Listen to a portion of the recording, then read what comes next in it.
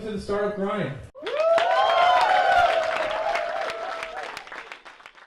I think, and by the way, also a good example of, Mike's business, PayScale's disrupting an older class of things, and now there's people like you that are, working to disrupt him.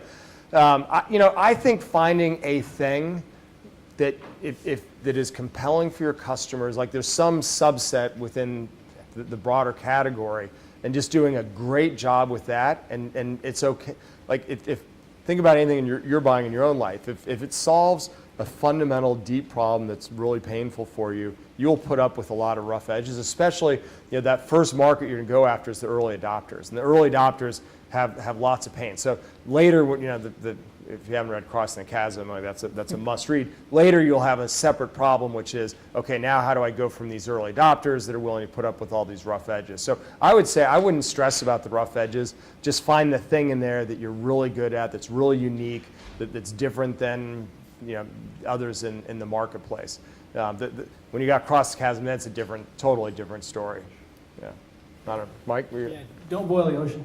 Yeah. Absolutely. Just focus one or two things. Absolutely. Just start there. You'll figure it out from there, because you're going to be wrong anyway. I mean, playing the odds, right?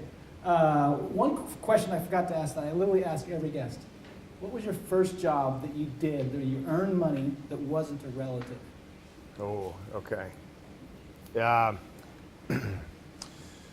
So it's a good story because I almost actually didn't earn that dollar. So I was my first non-relative job, I was a paper boy. So I delivered the San Francisco Chronicle. I lived in the Bay Area.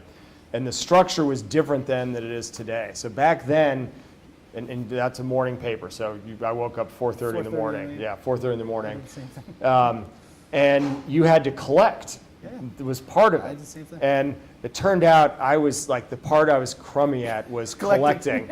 And I'm sure you had this, like people were like, hey, there's all these black marks on my door. I'm not going to pay you till you clean and so somewhere, I don't know, 6 to 9 months in, I looked, I kind of did accounting of the books, and I realized that I was losing money because you have to buy the papers from the San Francisco Chronicle. And I'll tell you what, waking up at 4:30 in the morning for 6 or 9 months and looking at my meager bank account, which is getting smaller.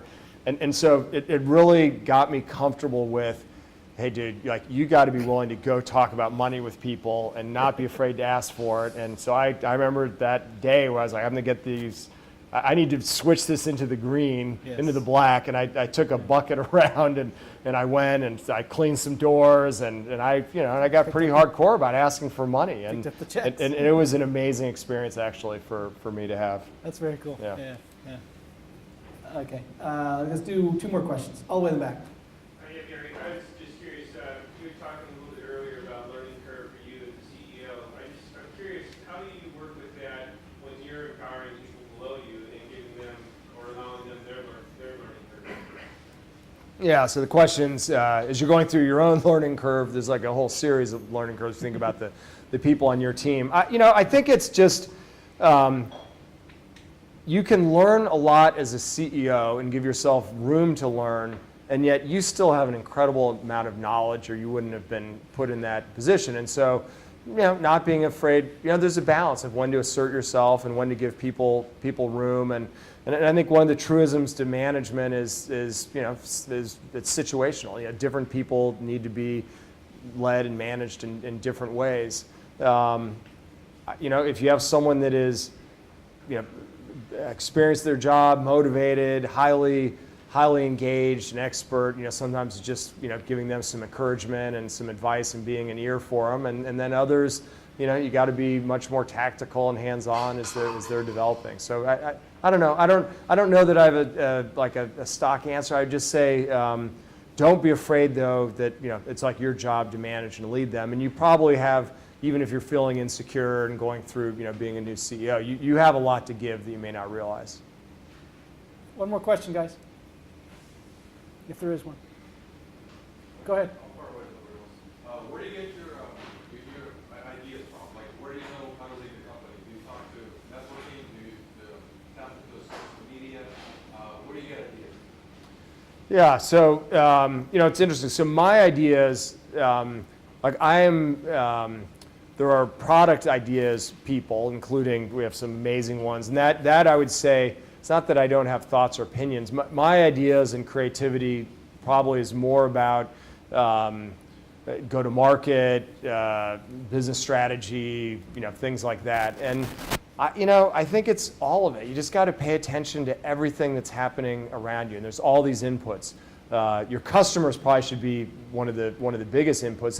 And by the way, like it doesn't mean that let them tell you exactly how to you be more curious about their pain and their problem than sometimes what they're specifically saying, because customers will famously have you build or do something different than actually you need to for the market. But I think being very curious, that's an input. Partners, your board is an input. Your employees are inputs. Reading, podcasts. I mean, we live in this time where there's just things like this. There's a stunning amount of information out there, and I think that part of it will come down to time management, and I think every CEO I know struggles with this, which is, there's 5 zillion tactical things that you need to do every single day. So creating time and space in your schedule, both to think and noodle on strategy, but then to just let yourself read or listen to a podcast or come to something like this or go to, sometimes those industry events where, you go spend 2 days and you get out of the hubbub of the office and you hear others talk. And so I for sure would create time in your schedule and carve that out. And it's very, very worthwhile.